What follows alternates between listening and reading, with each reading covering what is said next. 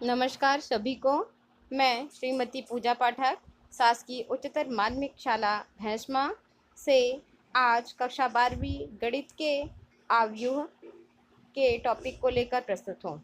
आज हम पढ़ेंगे अवयव का व्युत्क्रम ज्ञात करना, किस तरह से अवयव का व्युत्क्रम ज्ञात किया जाता है, जिसकी कार्यविधि कुछ इस प्रकार से है।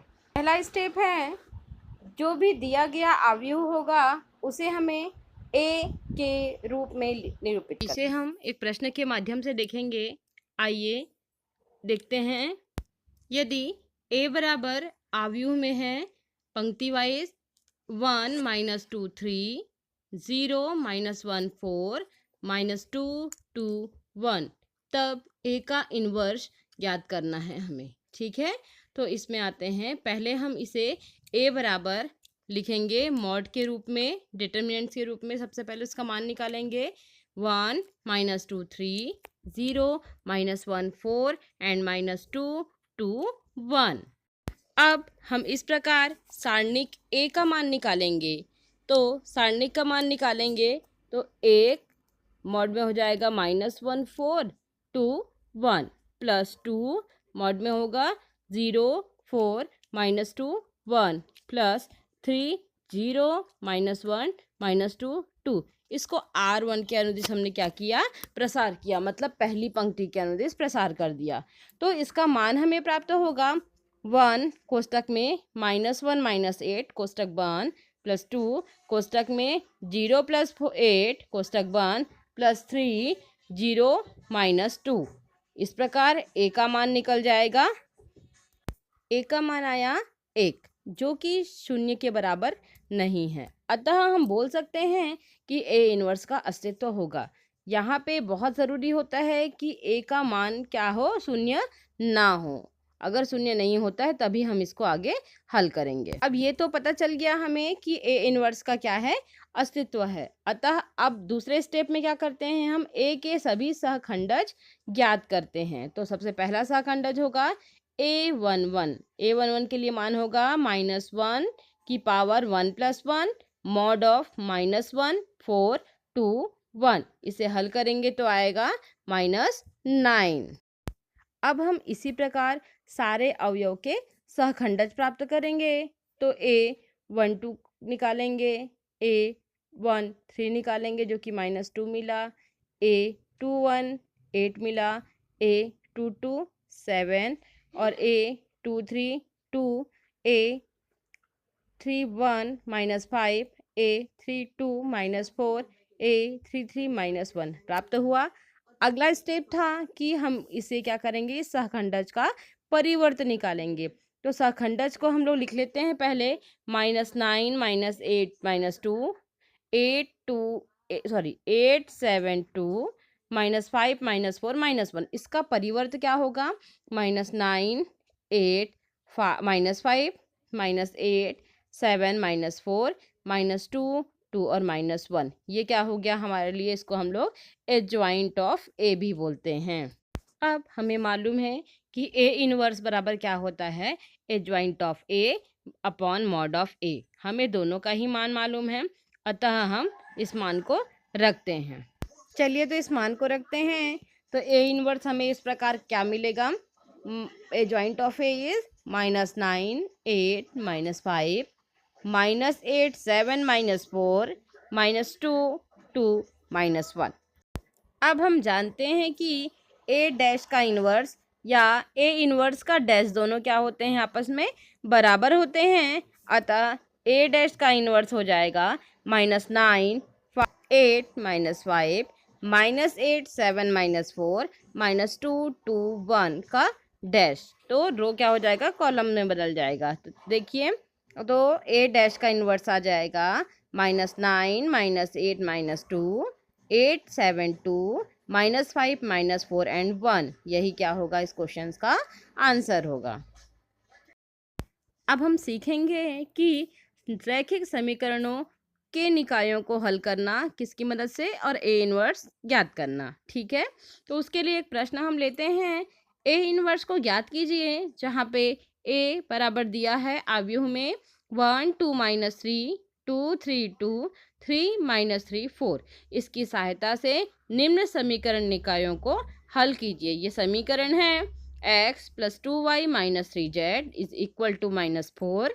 सेकेंड है 2x plus 3y plus 2z is equal to 2 and 3x minus 3y minus 4z is equal to 11। ये 3 इक्वेशंस हैं, इन्हें हमें सॉल्व करना है।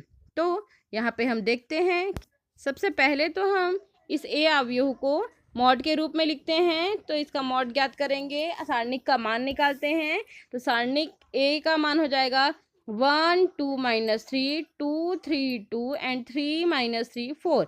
इसका मान निकालते हैं किसी भी एक पंक्ति के, पहली पंक्ति के उसमें हम विस्तार करते हैं।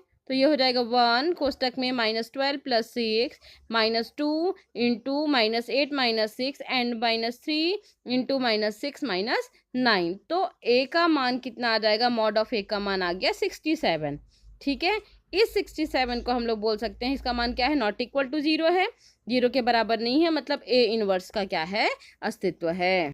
अब हमने मॉड ऑफ a निकाल लिया है, अब क्या निकालेंगे, a का सखंडज निकालेंगे। तो आइए देखते हैं, a11 का मान कितना आ गया, -1 की power 1 plus 1 mod of 3 2 minus 3 4। इस प्रकार हल करना हमने सीखा है। तो इसका मान कितना आ गया, -6। इसी प्रकार a12 का मान आ गया 14। हमने इसके पहले वाले क्वेश्चंस में भी इसको हल किया है। ठीक है, अब हम लोग देखते हैं a13। तो a13 का मान आ गया -15। इसी प्रकार a21 का मान आया 17, a22 is 5, a23 is 9, a31 is 13, a32 is -8, a33 is -1 आ गया। अब इसे हम एडजॉइंट ऑफ ए के रूप में लिखते हैं। एडजॉइंट ऑफ ए मतलब यहाँ पे ए मॉड के में आव्यूह में मान रखेंगे, -6 14 -15, सेकेंड रो में 17 5 9 एंड थर्ड रो 13 -8 -1 का परिवर्त डैश निकालेंगे। तो ये मान मिलेगा हमें, adjoint of A is equal to -6 17 13, second row -14 5 -8 and third row -15 9 and -1। ये क्या हो गया, हमको एडजॉइंट ऑफ ए मिला। अब हमको मालूम है A inverse is equal to होता है adjoint of A upon mod of ए।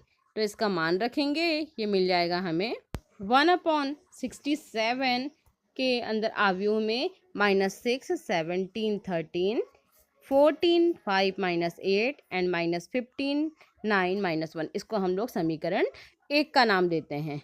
अब हम आ जाते हैं अपने समीकरण निकाय पे, जो हमको समीकरण दिया गया है। हमारा समीकरण है x plus 2y minus 3z is equal to -4, 2x plus 3y plus 2z is equal to 2 and 3x minus 3y minus 4z is equal to 11।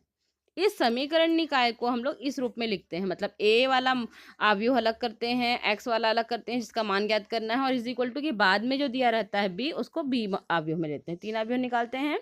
तो जहाँ पे a का मान हमको क्या मिला, जो इनके क्या है, गुणांक है, x y और z के जो गुणांक है उनको लिखेंगे।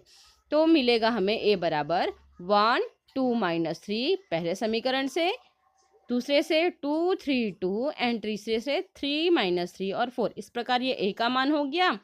अब x बराबर क्या होता है, जितने हमें चर दिए हुए होते हैं। इस समीकरण में हम देख सकते हैं कि x y और z 3 चर हैं। तो कैपिटल X बराबर हो जाएगा आव्यूह में x y और z। और b बराबर कौन सा आव्यूह होगा, देखिए इक्वल टू के समीकरण निकाय में इक्वल टू के बाद में राइट साइड पे जो वैल्यू दिया है वही हमारा क्या होगा, b का मान होगा, -4 2 और 11। इस प्रकार हमें A, कैपिटल X और कैपिटल B 3 आव्यूह प्राप्त हुए। अब हमें क्योंकि x का मान ज्ञात करना है, कैपिटल X मतलब हमें तीनों चरों के मान निकालना है, x y और z का। तो इसका सूत्र होता है A इनवर्स B। ठीक है, तो A इनवर्स हमने पहले ज्ञात कर लिया है, उसका मान क्या है, 1/67 -6 17 13 14 5 -8 -15 9 और -1। ये है। अब b वाला आव्यूह हम लोग यहाँ पे रखते हैं बगल में, -4 2 एंड 11। अब हम लोग क्या करेंगे, इन दोनों आव्यूह को आपस में गुणा करेंगे। गुणा करने के बाद हमें जो भी आव्यूह का मान मिलेगा उसी से x y और z का मान निकालते हैं। तो गुणा करने पे हमें मिलेगा एक्स वाई जेड बराबर 1/67 अवयव में 24 + 34 + 143 -56 + 10 -88 60 + 18 - 11। गुणा करना सभी को आता है, पहले बता दिया गया है। तो इस प्रकार इसका मान आ जाएगा एक्स वाई जेड बराबर 1/67 अवयव में 201 -134 एंड 67। अब इन्हें 67 से डिवाइड करने पे हमें मिलेगा, तो वो क्या होगा, एक्स वाई जेड का मान होगा। देखते हैं, तो डिवाइड करने पे हमें मिला एक्स वाई जेड बराबर अवयव में है 3 - 2 और 1।